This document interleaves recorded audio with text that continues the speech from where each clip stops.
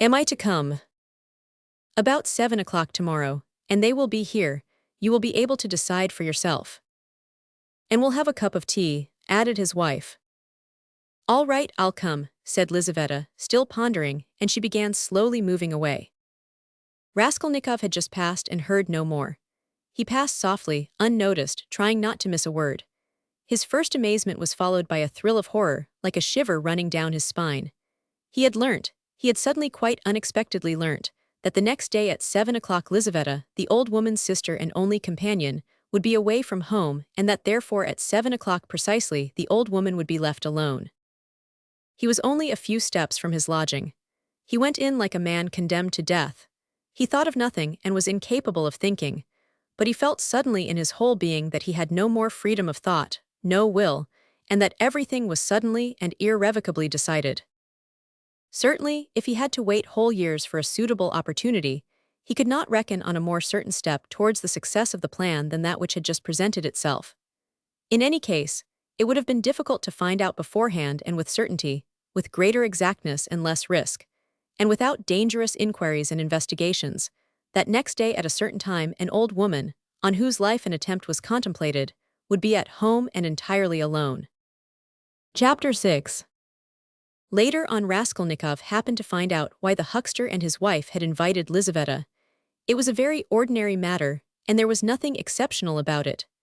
A family who had come to the town and been reduced to poverty were selling their household goods and clothes, all women's things. As the things would have fetched little in the market, they were looking for a dealer. This was Lizaveta's business. She undertook such jobs and was frequently employed, as she was very honest and always fixed a fair price and stuck to it. She spoke as a rule little, and as we have said already, she was very submissive and timid. But Raskolnikov had become superstitious of late. The traces of superstition remained in him long after, and were almost ineradicable. And in all this, he was always afterwards disposed to see something strange and mysterious, as it were, the presence of some peculiar influences and coincidences. In the previous winter, a student he knew called Pokarev, who had left for Kharkov, had chanced in conversation to give him the address of Alyona Ivanovna, the old pawnbroker, in case he might want to pawn anything. For a long while he did not go to her, for he had lessons and managed to get along somehow. 6 weeks ago he had remembered the address. He had 2 articles that could be pawned, his father's old silver watch and a little gold ring with 3 red stones, a present from his sister at parting. He decided to take the ring. When he found the old woman he had felt an insurmountable repulsion for her at the first glance, though he knew nothing special about her. He got 2 rubles from her and went into a miserable little tavern on his way home. He asked for tea, sat down and sank into deep thought. A strange idea was pecking at his brain like a chicken in the egg, and very, very much absorbed him. Almost beside him at the next table there was sitting a student, whom he did not know and had never seen, and with him a young officer. They had played a game of billiards and began drinking tea. All at once he heard the student mention to the officer the pawnbroker Alyona Ivanovna and give him her address. This of itself seemed strange to Raskolnikov. He had just come from her, and here at once he heard her name. Of course it was a chance, but he could not shake off a very extraordinary impression, and here someone seemed to be speaking expressly for him. The student began telling his friend various details about Alyona Ivanovna. "She is first-rate," he said. "You can always get money from her. She is as rich as a Jew, she can give you 5,000 rubles at a time, and she is not above taking a pledge for a ruble. Lots of our fellows have had dealings with her, but she is an awful old harpy." And he began describing how spiteful and uncertain she was, how if you were only a day late with your interest the pledge was lost, how she gave a quarter of the value of an article, and took 5 and even 7% a month on it, and so on. The student chattered on, saying that she had a sister Lizaveta, whom the wretched little creature was continually beating, and kept in complete bondage like a small child, though Lizaveta was at least 6 feet high.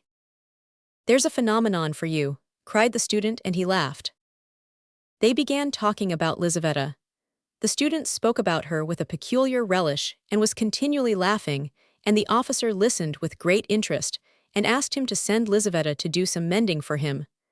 Raskolnikov did not miss a word and learned everything about her. Lizaveta was younger than the old woman and was her half-sister, being the child of a different mother. She was 35.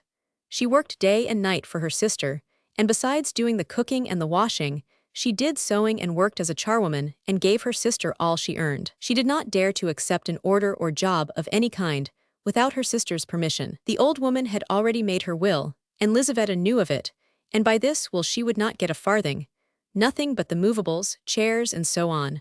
All the money was left to a monastery in the province of N, that prayers might be said for her in perpetuity. Lizaveta was of lower rank than her sister, unmarried and awfully uncouth in appearance, remarkably tall with long feet that looked as if they were bent outwards.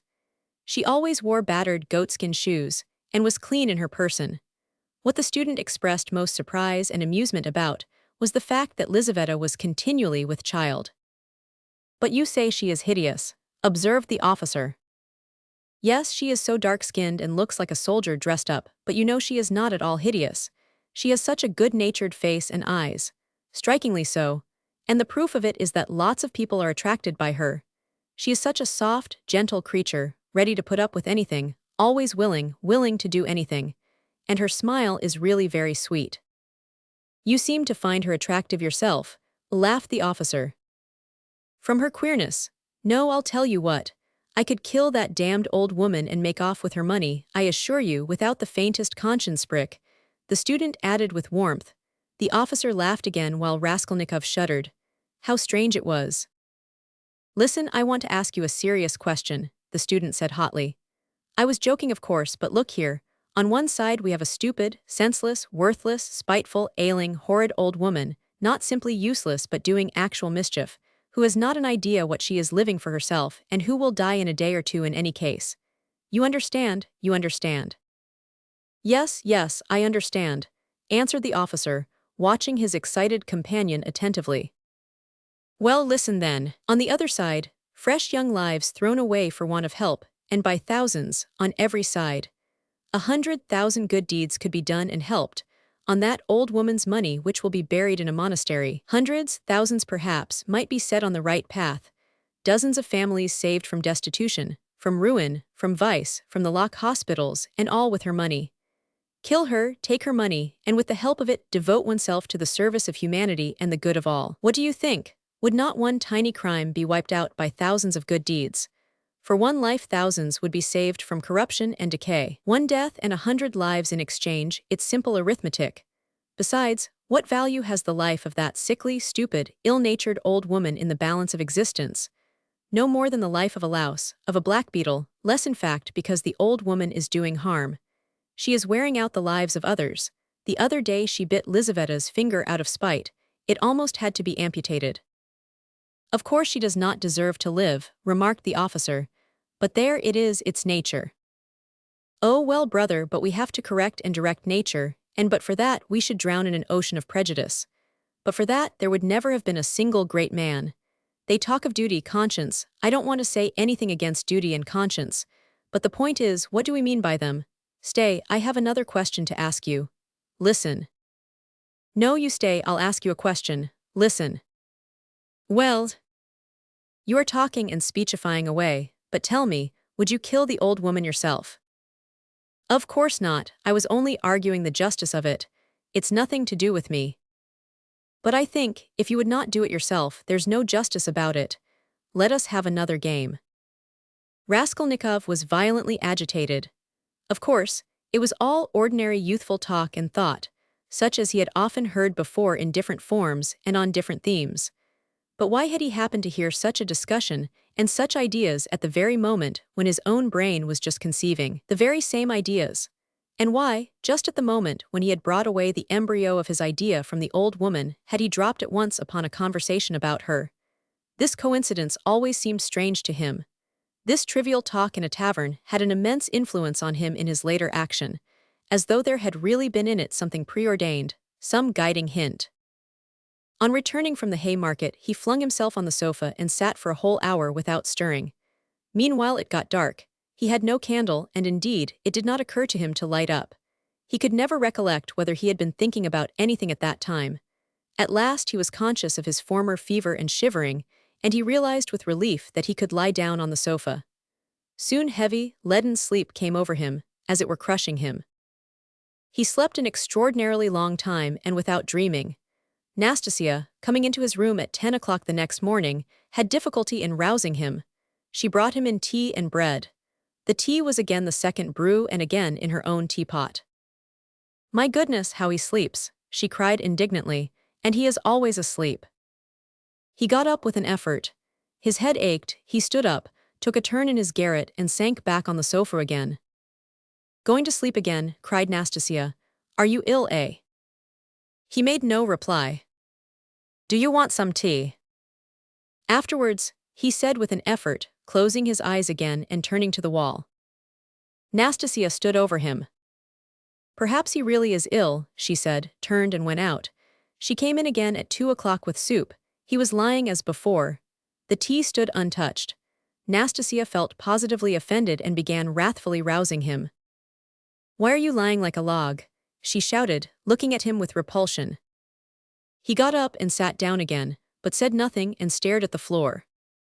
"Are you ill or not?" asked Nastasia and again received no answer. "You'd better go out and get a breath of air," she said after a pause. "Will you eat it or not?" Afterwards, he said weakly, "You can go." And he motioned her out. She remained a little longer, looked at him with compassion and went out. A few minutes afterwards, he raised his eyes and looked for a long while at the tea and the soup. Then he took the bread, took up a spoon and began to eat. He ate a little, 3 or 4 spoonfuls, without appetite as it were mechanically. His head ached less. After his meal he stretched himself on the sofa again, but now he could not sleep. He lay without stirring with his face in the pillow. He was haunted by daydreams and such strange daydreams. In one that kept recurring, he fancied that he was in Africa, in Egypt, in some sort of oasis. The caravan was resting, the camels were peacefully lying down, the palms stood all around in a complete circle, all the party were at dinner. But he was drinking water from a spring which flowed gurgling close by. And it was so cool. It was wonderful, wonderful, blue, cold water running among the party-colored stones and over the clean sand which glistened here and there like gold. Suddenly he heard a clock strike. He started, roused himself, raised his head, looked out of the window, and seeing how late it was, suddenly jumped up wide awake as though someone had pulled him off the sofa. He crept on tiptoe to the door, stealthily opened it and began listening on the staircase. His heart beat terribly, but all was quiet on the stairs as if everyone was asleep. It seemed to him strange and monstrous that he could have slept in such forgetfulness from the previous day and had done nothing, had prepared nothing yet. And meanwhile perhaps it had struck 6. And his drowsiness and stupefaction were followed by an extraordinary, feverish, as it were distracted haste. But the preparations to be made were few. He concentrated all his energies on thinking of everything and forgetting nothing, and his heart kept beating and thumping so that he could hardly breathe. First he had to make a noose, and sew it into his overcoat, a work of a moment. He rummaged under his pillow and picked out amongst the linen stuffed away under it, a worn-out, old, unwashed shirt. From its rags he tore a long strip, a couple of inches wide and about 16 inches long. He folded this strip in 2, took off his wide, strong summer overcoat of some stout cotton material, his only outer garment, and began sewing the 2 ends of the rag on the inside, under the left armhole. His hands shook as he sewed, but he did it successfully so that nothing showed outside when he put the coat on again. The needle and thread he had got ready long before, and they lay on his table in a piece of paper. As for the noose, it was a very ingenious device of his own. The noose was intended for the axe. It was impossible for him to carry the axe through the street in his hands, and if hidden under his coat, he would still have had to support it with his hand, which would have been noticeable. Now he had only to put the head of the axe in the noose, and it would hang quietly under his arm on the inside. Putting his hand in his coat pocket, he could hold the end of the handle all the way, so that it did not swing. And as the coat was very full, a regular sack in fact, it could not be seen from outside that he was holding something with the hand that was in the pocket. This noose, too, he had designed a fortnight before.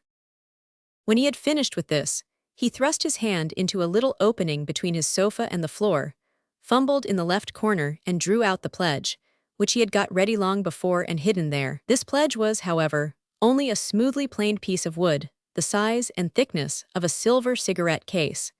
He picked up this piece of wood in one of his wanderings in a courtyard where there was some sort of a workshop. Afterwards he had added to the wood a thin, smooth piece of iron, which he had also picked up at the same time in the street. Putting the iron, which was a little the smaller, on the piece of wood, He fastened them very firmly, crossing and recrossing the thread round them, then wrapped them carefully and daintily in clean white paper, and tied up the parcel so that it would be very difficult to untie it. This was in order to divert the attention of the old woman for a time, while she was trying to undo the knot, and so to gain a moment. The iron strip was added to give weight, so that the woman might not guess the first minute that the thing was made of wood. All this had been stored by him beforehand under the sofa. He had only just got the pledge out when he heard someone suddenly about in the yard. It struck 6 long ago. Long ago, my God. He rushed to the door, listened, caught up his hat, and began to descend his 13 steps cautiously, noiselessly, like a cat. He had still the most important thing to do, to steal the axe from the kitchen. That the deed must be done with an axe he had decided long ago. He had also a pocket pruning knife, but he could not rely on the knife and still less on his own strength, and so resolved finally on the axe. We may note in passing one peculiarity in regard to all the final resolutions taken by him in the matter. They had one strange characteristic. The more final they were, the more hideous and the more absurd they at once became in his eyes. In spite of all his agonizing inward struggle, he never for a single instant all that time could believe in the carrying out of his plans. And indeed, if it had ever happened that everything to the least point could have been considered and finally settled, and no uncertainty of any kind had remained, he would, it seems, have renounced it all as something absurd, monstrous, and impossible. But a whole mass of unsettled points and uncertainties remained. As for getting the axe, that trifling business cost him no anxiety, for nothing could be easier. Nastasia was continually out of the house, especially in the evenings. She would run in to the neighbors or to a shop, and always left the door ajar. It was the one thing the landlady was always scolding her about. And so, when the time came, he would only have to go quietly into the kitchen and to take the axe, and an hour later, when everything was over, go in and put it back again. But these were doubtful points. Supposing he returned an hour later to put it back, and Nastasia had come back and was on the spot. He would of course have to go by and wait till she went out again. But supposing she were in the meantime to miss the axe, look for it, make an outcry, that would mean suspicion, or at least grounds for suspicion. But those were all trifles which he had not even begun to consider, and indeed he had no time. He was thinking of the chief point and put off trifling details until he could believe in it all. But that seemed utterly unattainable, so it seemed to himself at least. He could not imagine, for instance, that he would sometime leave off thinking, get up and simply go there.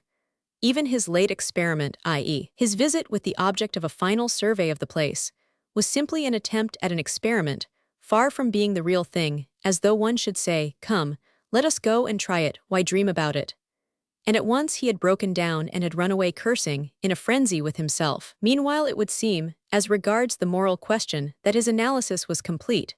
His casuistry had become keen as a razor, and he could not find rational objections in himself. But in the last resort he simply ceased to believe in himself, and doggedly, slavishly sought arguments in all directions, fumbling for them, as though someone were forcing and drawing him to it. At first, long before indeed, he had been much occupied with one question: why almost all crimes are so badly concealed and so easily detected, and why almost all criminals leave such obvious traces. He had come gradually to many different and curious conclusions, and in his opinion, the chief reason lay not so much in the material impossibility of concealing the crime, as in the criminal himself.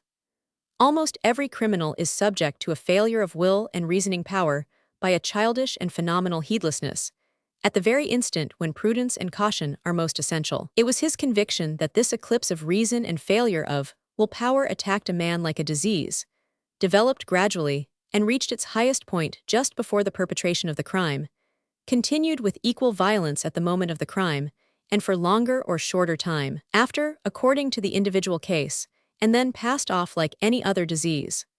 The question whether the disease gives rise to the crime, or whether the crime from its own peculiar nature is always accompanied by something of the nature of disease, he did not yet feel able to decide.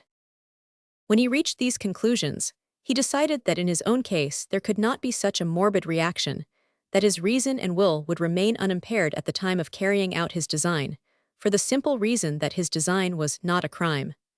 We will omit all the process by means of which he arrived at this last conclusion.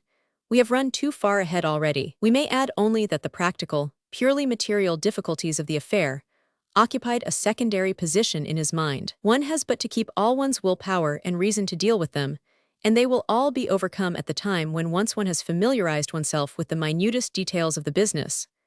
But this preparation had never been begun. His final decisions were what he came to trust least, and when the hour struck, it all came to pass quite differently, as it were accidentally and unexpectedly. One trifling circumstance upset his calculations before he had even left the staircase. When he reached the landlady's kitchen, the door of which was open as usual, he glanced cautiously in to see whether, in Nastasia's absence, the landlady herself was there, or if not, whether the door to her own room was closed, so that she might not peep out when he went in for the axe. But what was his amazement when he suddenly saw that Nastasia was not only at home in the kitchen, but was occupied there, taking linen out of a basket and hanging it on a line. Seeing him, she left off hanging the clothes, turned to him and stared at him all the time he was passing. He turned away his eyes and walked past as though he noticed nothing. But it was the end of everything. He had not the axe. He was overwhelmed. What made me think, he reflected, as he went under the gateway, what made me think that she would be sure not to be at home at that moment? Why did I assume this so certainly? He was crushed and even humiliated. He could have laughed at himself in his anger. A dull animal rage boiled within him. He stood hesitating in the gateway. To go into the street, to go a walk for appearance sake was revolting, to go back to his room even more revolting. And what a chance I have lost forever, he muttered, standing aimlessly in the gateway just opposite the porter's little dark room, which was also open. Suddenly he started. From the porter's room, 2 paces away from him, something shining under the bench to the right caught his eye. He looked about him, nobody. He approached the room on tiptoe, went down 2 steps into it, and in a faint voice called the porter. Yes, not at home. Somewhere near though in the yard, for the door is wide open. He dashed to the axe, it was an axe, and pulled it out from under the bench, where it lay between 2 chunks of wood. At once, before going out, he made it fast in the noose. He thrust both hands into his pockets and went out of the room. No one had noticed him. When reason fails, the devil helps, he thought with a strange grin. This chance raised his spirits extraordinarily. He walked along quietly and sedately, without hurry, to avoid awakening suspicion. He scarcely looked at the passers-by, tried to escape looking at their faces at all, and to be as little noticeable as possible. Suddenly he thought of his hat. Good heavens! I had the money the day before yesterday and did not get a cap to wear instead. A curse rose from the bottom of his soul. Glancing out of the corner of his eye into a shop, he saw by a clock on the wall that it was 10 minutes past 7. He had to make haste, and at the same time to go some way round, so as to approach the house from the other side. When he had happened to imagine all this beforehand, he had sometimes thought that he would be very much afraid. But he was not very much afraid now, was not afraid at all, indeed. His mind was even occupied by irrelevant matters, but by nothing for long. As he passed the Yusupov garden, he was deeply absorbed in considering the building of great fountains, and of their refreshing effect on the atmosphere in all the squares. By degrees he passed to the conviction that if the summer garden were extended to the Field of Mars, and perhaps joined to the garden of the Mihailovsky Palace, it would be a splendid thing, and a great benefit to the town. Then he was interested by the question why in all great towns men are not simply driven by necessity, but in some peculiar way inclined to live in those parts of the town where there are no gardens nor fountains, where there is most dirt and smell and all sorts of nastiness. Then his own walks through the Haymarket came back to his mind, and for a moment he waked up to reality. What nonsense, he thought, better think of nothing at all. So probably men led to execution clutch mentally at every object that meets them on the way, flashed through his mind, but simply flashed like lightning. He made haste to dismiss this thought. And by now he was near, here was the house, here was the gate. Suddenly a clock somewhere struck once. What, can it be 7:30? Impossible, it must be fast. Luckily for him, everything went well again at the gates. At that very moment, as though expressly for his benefit, a huge wagon of hay had just driven in at the gate, completely screening him as he passed under the gateway, and the wagon had scarcely had time to drive through into the yard, before he had slipped in a flash to the right. On the other side of the wagon he could hear shouting and quarreling, but no one noticed him and no one met him. Many windows looking into that huge quadrangular yard were open at that moment, but he did not raise his head. He had not the strength to. The staircase leading to the old woman's room was close by, just on the right of the gateway. He was already on the stairs. Drawing a breath, pressing his hand against his throbbing heart, and once more feeling for the axe and setting it straight, he began softly and cautiously ascending the stairs, listening every minute. But the stairs, too, were quite deserted. All the doors were shut. He met no one. One flat indeed on the first floor was wide open and painters were at work in it, but they did not glance at him. He stood still, thought a minute and went on. Of course it would be better if they had not been here, but it's 2 stories above them. And there was the 4th story. Here was the door, here was the flat opposite, the empty one. The flat underneath the old woman's was apparently empty also. The visiting card nailed on the door had been torn off, they had gone away. He was out of breath. For one instant, the thought floated through his mind, shall I go back? But he made no answer and began listening at the old woman's door, a dead silence. Then he listened again on the staircase, listened long and intently, then looked about him for the last time, pulled himself together, drew himself up, and once more tried the axe in the noose. Am I very pale? He wondered. Am I not evidently agitated? She is mistrustful. Had I better wait a little longer, till my heart leaves off thumping? But his heart did not leave off. On the contrary, as though to spite him, it throbbed more and more violently. He could stand it no longer. He slowly put out his hand to the bell and rang. Half a minute later he rang again, more loudly. No answer. To go on ringing was useless and out of place. The old woman was, of course, at home, but she was suspicious and alone. He had some knowledge of her habits, and once more he put his ear to the door. Either his senses were peculiarly keen, which it is difficult to suppose, or the sound was really very distinct. Anyway, he suddenly heard something like the cautious touch of a hand on the lock and the rustle of a skirt at the very door. Someone was standing stealthily close to the lock, and just as he was doing on the outside, was secretly listening within, and seemed to have her ear to the door. He moved a little on purpose and muttered something aloud that he might not have the appearance of hiding, then rang a 3rd time, but quietly, soberly, and without impatience, recalling it afterwards. That moment stood out in his mind vividly, distinctly, forever.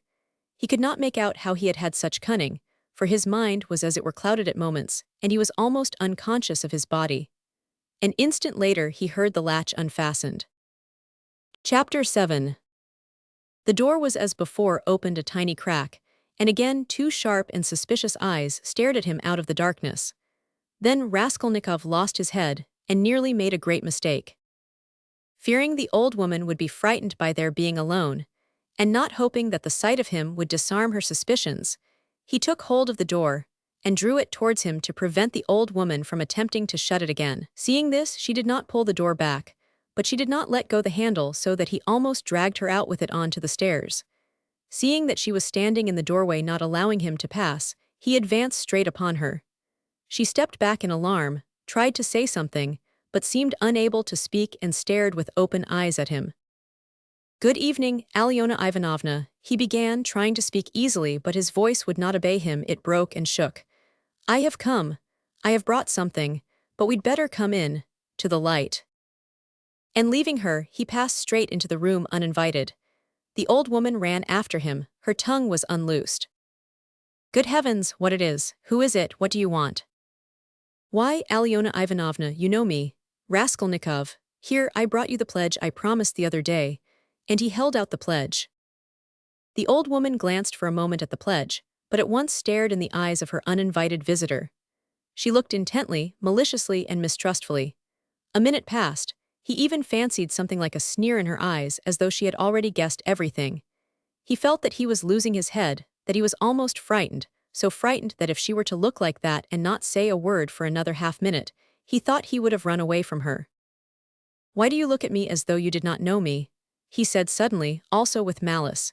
Take it if you like, if not I'll go elsewhere, I am in a hurry. He had not even thought of saying this, but it was suddenly said of itself.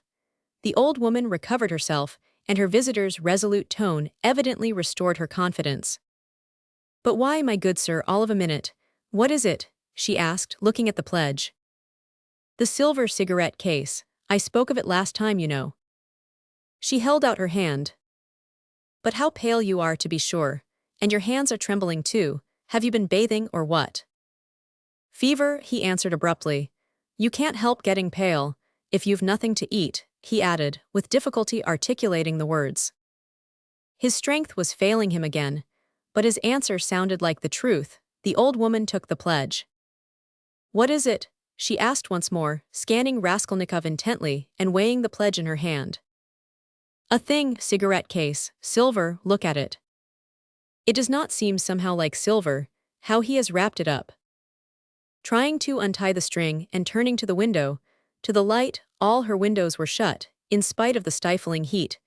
She left him altogether for some seconds and stood with her back to him. He unbuttoned his coat and freed the axe from the noose, but did not yet take it out altogether, simply holding it in his right hand under the coat. His hands were fearfully weak. He felt them every moment growing more numb and more wooden. He was afraid he would let the axe slip and fall. A sudden giddiness came over him. "But what has he tied it up like this for?" the old woman cried with vexation and moved towards him. He had not a minute more to lose. He pulled the axe quite out, swung it with both arms, scarcely conscious of himself, and almost without effort, almost mechanically, brought the blunt side down on her head. He seemed not to use his own strength in this, but as soon as he had once brought the axe down, his strength returned to him. The old woman was as always bareheaded. Her thin, light hair, streaked with gray, thickly smeared with grease, was plaited in a rat's tail and fastened by a broken horn comb which stood out on the nape of her neck. As she was so short, the blow fell on the very top of her skull. She cried out, but very faintly, and suddenly sank all of a heap on the floor, raising her hands to her head. In one hand she still held the pledge. Then he dealt her another and another blow with the blunt side and on the same spot. The blood gushed as from an overturned glass, the body fell back. He stepped back, let it fall, and at once bent over her face. She was dead. Her eyes seemed to be starting out of their sockets, the brow and the whole face were drawn and contorted convulsively. He laid the axe on the ground near the dead body, and felt at once in her pocket, trying to avoid the streaming body, the same right-hand pocket from which she had taken the key on his last visit. He was in full possession of his faculties, free from confusion or giddiness, but his hands were still trembling. He remembered afterwards that he had been particularly collected and careful, trying all the time not to get smeared with blood. He pulled out the keys at once. They were all, as before, in one bunch on a steel ring. He ran at once into the bedroom with them. It was a very small room with a whole shrine of holy images. Against the other wall stood a big bed, very clean and covered with a silk patchwork wadded quilt. Against a third wall was a chest of drawers. Strange to say, so soon as he began to fit the keys into the chest, so soon as he heard their jingling, a convulsive shudder passed over him. He suddenly felt tempted again to give it all up and go away. But that was only for an instant. It was too late to go back. He positively smiled at himself, when suddenly another terrifying idea occurred to his mind. He suddenly fancied that the old woman might be still alive and might recover her senses. Leaving the keys in the chest, he ran back to the body, snatched up the axe and lifted it once more over the old woman, but did not bring it down. There was no doubt that she was dead. Bending down and examining her again more closely, he saw clearly that the skull was broken and even battered in on one side. He was about to feel it with his finger, but drew back his hand, and indeed it was evident without that. Meanwhile there was a perfect pool of blood. All at once he noticed a string on her neck. He tugged at it, but the string was strong and did not snap, and besides, it was soaked with blood. He tried to pull it out from the front of the dress, but something held it and prevented its coming. In his impatience, he raised the axe again to cut the string from above on the body, but did not dare, and with difficulty, smearing his hand and the axe in the blood, after 2 minutes' hurried effort, he cut the string and took it off without touching the body with the axe. He was not mistaken, it was a purse. On the string were 2 crosses, one of cypress wood and one of copper, and an image in silver filigree, and with them a small greasy chamois leather purse with a steel rim and ring. The purse was stuffed very full. Raskolnikov thrust it in his pocket without looking at it, flung the crosses on the old woman's body and rushed back into the bedroom, this time taking the axe with him. He was in terrible haste. He snatched the keys and began trying them again, but he was unsuccessful. They would not fit in the locks. It was not so much that his hands were shaking, but that he kept making mistakes. Though he saw, for instance, that a key was not the right one and would not fit, still he tried to put it in. Suddenly he remembered and realized that the big key with the deep notches, which was hanging there with the small keys, could not possibly belong to the chest of drawers. On his last visit this had struck him, but to some strong box, and that everything perhaps was hidden in that box. He left the chest of drawers, and at once felt under the bedstead, knowing that old women usually keep boxes under their beds. And so it was. There was a good-sized box under the bed, at least a yard in length, with an arched lid covered with red leather and studded with steel nails.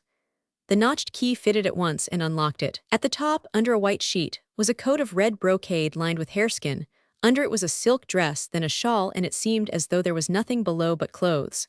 The first thing he did was to wipe his blood-stained hands on the red brocade. It's red, and on red blood will be less noticeable. The thought passed through his mind. Then he suddenly came to himself. Good God, am I going out of my senses? He thought with terror.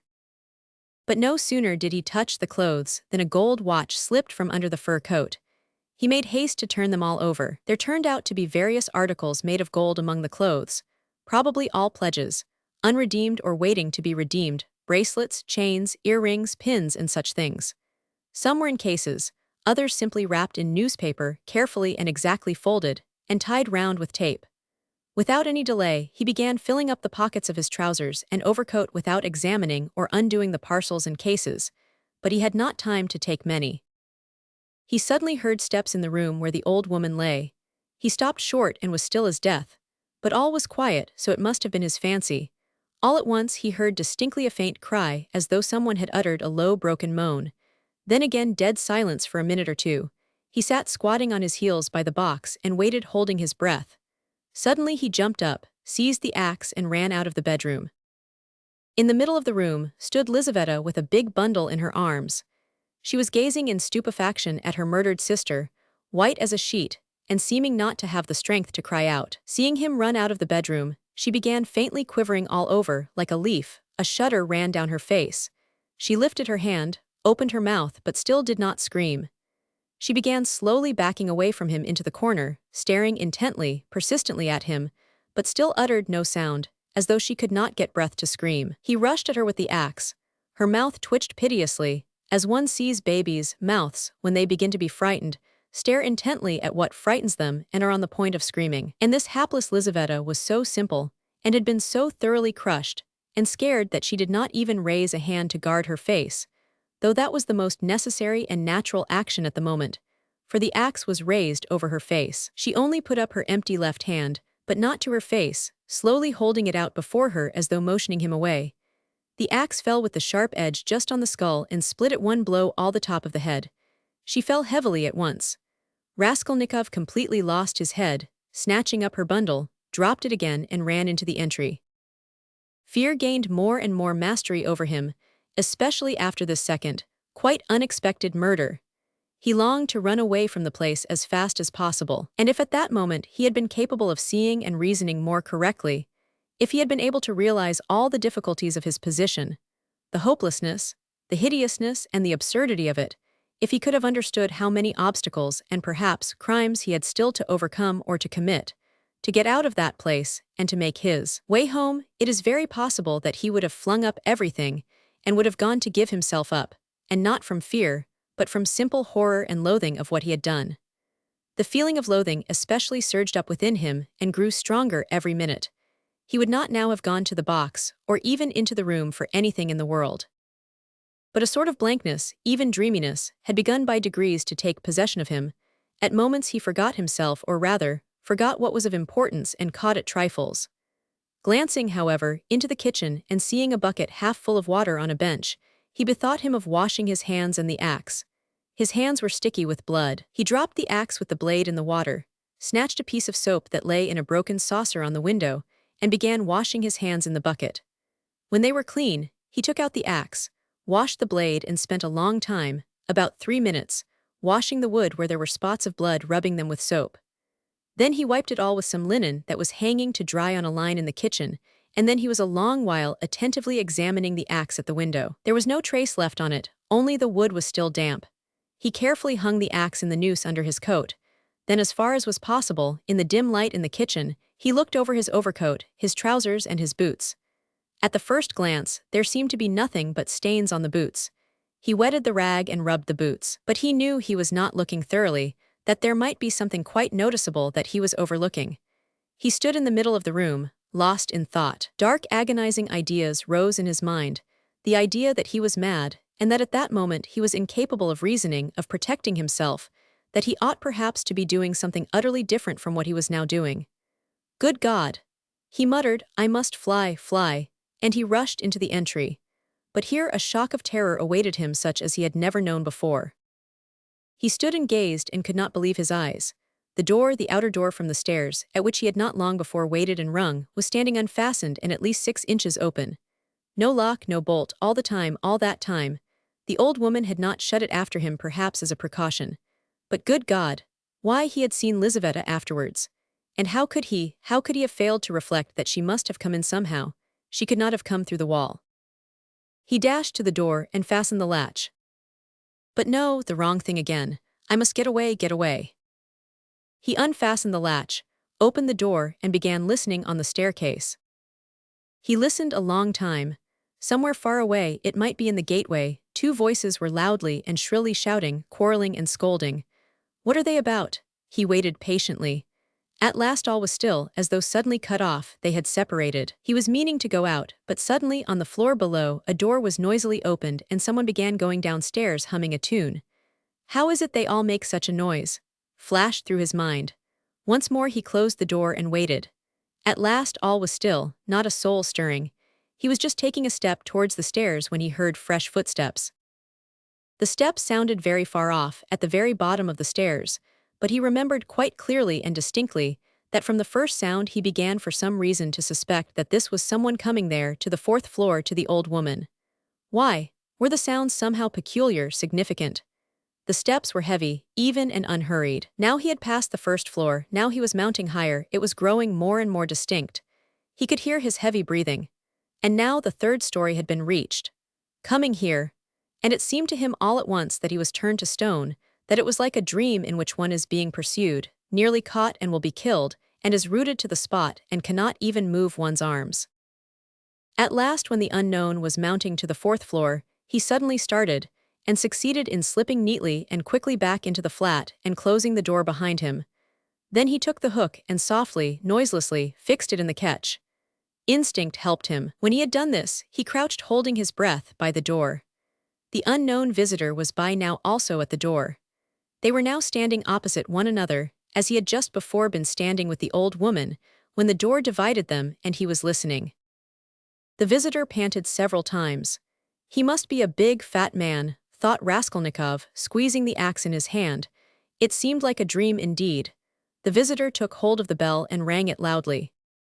As soon as the tin bell tinkled, Raskolnikov seemed to be aware of something moving in the room. For some seconds he listened quite seriously.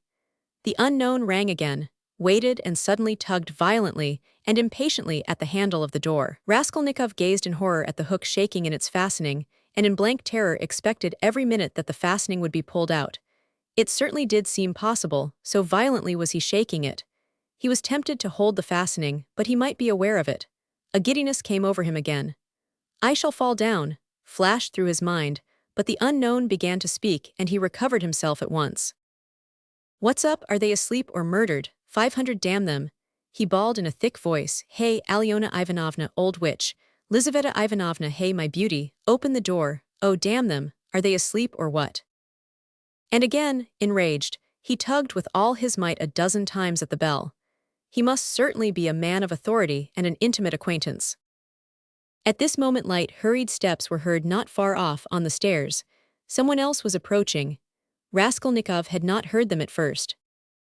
You don't say there's no one at home, the newcomer cried in a cheerful, ringing voice, addressing the first visitor who still went on pulling the bell.